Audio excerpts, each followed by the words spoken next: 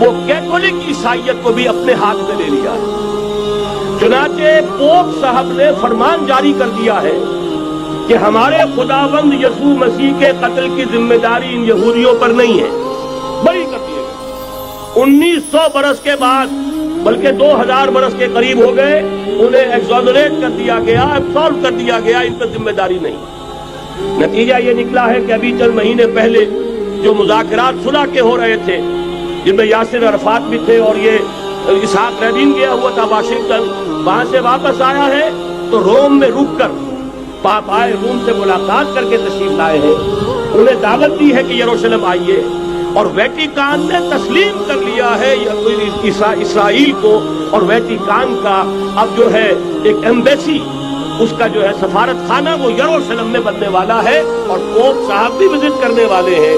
گویا کہ یہ گٹھ جوڑ اب مکمل ہو چکا، اب کہیں اس میں کوئی کمی نہیں رہی۔ اس یونائٹڈ فورس کے ساتھ یہ نیو ورلڈ آرڈر اس وقت عالم اسلام پر حملہ آور ہے۔ اب اس پہ نوٹ کیجئے کہ اس وقت کی فضا ہے کیا۔ عالم اسلام میں سے عالم عرب ان کے شکنجے میں جا چکے، کیوں بنا کر کھڑے ہوئے ہیں اسرائیل کو ماننے کے لیے اور سر تسلیم خم کرنے کے لیے۔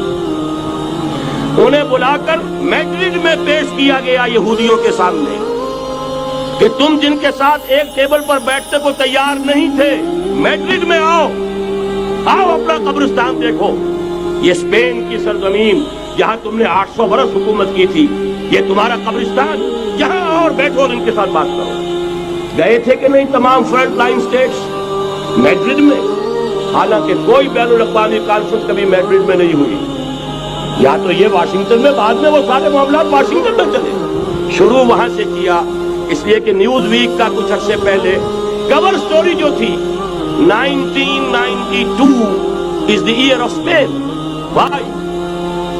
1592 was the year of the fall of Granada.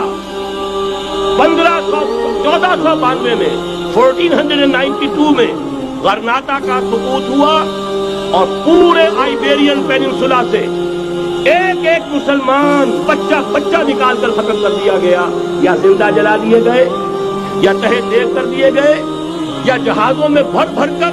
اور آپ کو معلوم ہے میڈیٹرینین کی حیثیت کیا ہے، خلیج ہے، ایک معمولی سی خلیج، ادھر سے اسپین کا ساحل قریب آ جاتا ہے، اسپین کے ساحل سے جہازوں میں بھرا اور نارتھ افریقہ کے ساحل کو پھینک کر آ گئے۔ پورے ہسپانیہ میں جہاں 800 برس مسلمان کی حکومت رہی، ایک بچہ بھی مسلمان نام کا موجود تھا۔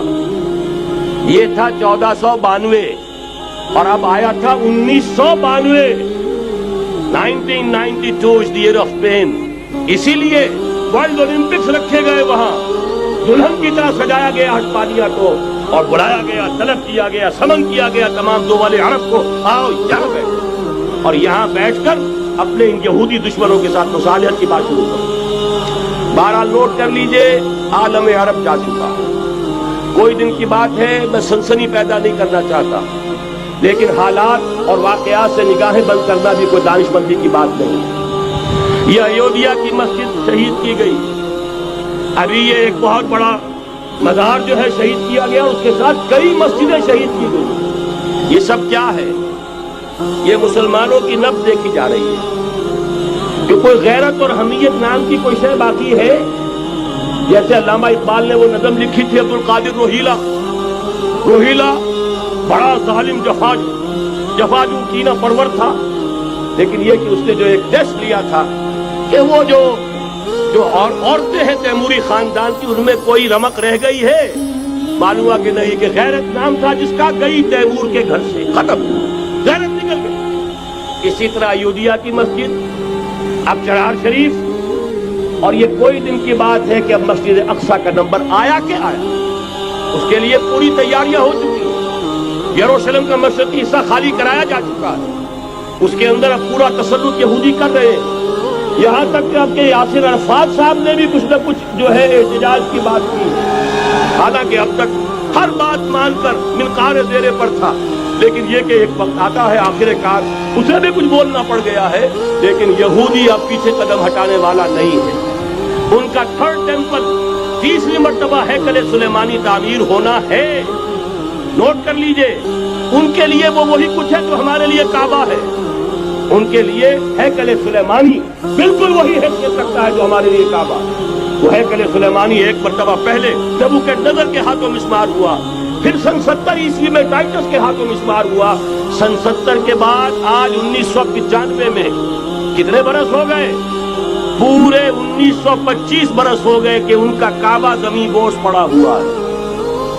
اب تک تو ان کا بس نہیں تھا، اب تو بس ہے کہ نہیں؟ اب ان کی حکومت ہے کہ نہیں؟ اب شاہ حسن ہو یا شاہ حسین ان کے نوکر اور چاکر ہیں یا نہیں؟ اب انہیں ڈر کس کا ہے؟ لہذا کوئی دن کی بات ہے مسجد اقصی شہید ہوگی اور ٹیمپل کی تعمیر شروع ہوگی۔ یہ تو بہرحال ایک نقشہ ہے۔ اگلا نقشہ آپ کو بتانا چاہتا ہوں، ایک دوسری تصویر ہے۔ یہ تصویر ہے زمینی، ایک تصویر ہے آسمانی۔ وَمَكَرُوا وَمَكَرَ اللَّهُ وَاللَّهُ خَيْرُ الْمَاكِرِينَ۔ انہوں نے اپنی سی تدبیریں کی، اللہ نے اپنی تدبیر کی، اور ظاہر بات ہے اللہ کی تدبیر سے بہتر تدبیر کس کی ہوگی؟ چنانچہ یہودیوں کی سازشیں اس وقت بھی ناکام ہوئی تھی یا نہیں؟ ظاہر بات ہے جاء الحق وزهق الباطل ان الباطل کان زہوقا۔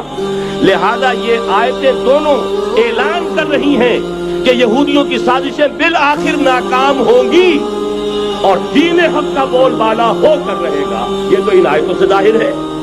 یریدون لیطفئوا نور اللہ بافواہہم واللہ متم نورہ ولو کرہ الکافرون۔ یریدون ان یطفئوا نور اللہ بافواہہم ویأبی اللہ الا یتم نورہ ولو کرہ الکافرون۔ هو الذی ارسل رسولہ بالہدی ودین الحق لیظہرہ علی الدین کلہ ولو کرہ المشرکون۔ اللہ نے تو بھیجا ہی ہے اپنے رسول کو اس فیصلے کے ساتھ اور یہ ذمہ داری اور مشن دے کر کہ جو دین حق آپ کو دے کر بھیجا جا رہا ہے اسے غالب کیجئے، نافذ کیجئے، قائم کیجئے، اس مشن کے ساتھ بھیجا جا رہا ہے۔ اور وہ بہرحال آیا جاء الحق وزهق الباطل ان الباطل کان زہوقا۔ لیکن نوٹ کرنے کی بات یہ ہے، ذرا یہاں تھوڑا سا تحمل کے ساتھ غور کیجئے گا، کہیں میرے خلاف کوئی فتویٰ دینا شروع کر دیں۔ کیا طور کا مقصد بعثت اس وقت مکمل ہو گیا تھا؟ ایک درجے میں ہو گیا کہ جزیرہ نما عرب پر اللہ کے نور کا بھی اتمام ہو گیا، اللہ کا دین بھی غالب ہو گیا کہ نہیں ہو گیا؟ لیکن کیا محمد الرسول اللہ صرف عرب کے لیے بھیجے گئے تھے؟ قرآن کہتا ہے ببانگ دول وما ارسلناک الا کافۃ للناس بشیرا ونذیرا۔ اے محمد صلی اللہ علیہ وسلم، ہم نے نہیں بھیجا ہے آپ کو مگر پوری نوع انسانی کے لیے بشیر اور نذیر بنا کر۔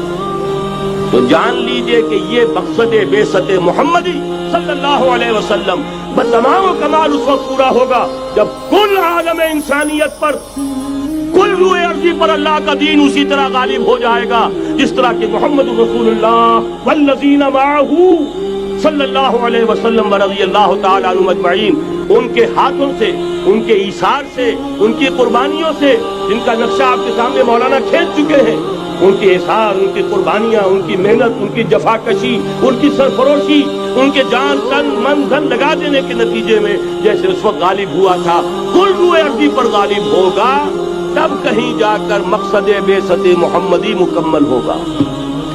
یہی وجہ ہے اقبال نے کہا تھا وقت فرصت ہے کہاں، کام ابھی باقی ہے، نور توحید کا اتمام ابھی باقی ہے۔ لیکن ساتھ ہی خوشخبری بھی دی تھی، یہ چمن معمور ہوگا نغمہ توحید سے، آئے گا وہ دور، یہ چمن معمور ہوگا نغمہ توحید سے، لازماً آتا رہے گا۔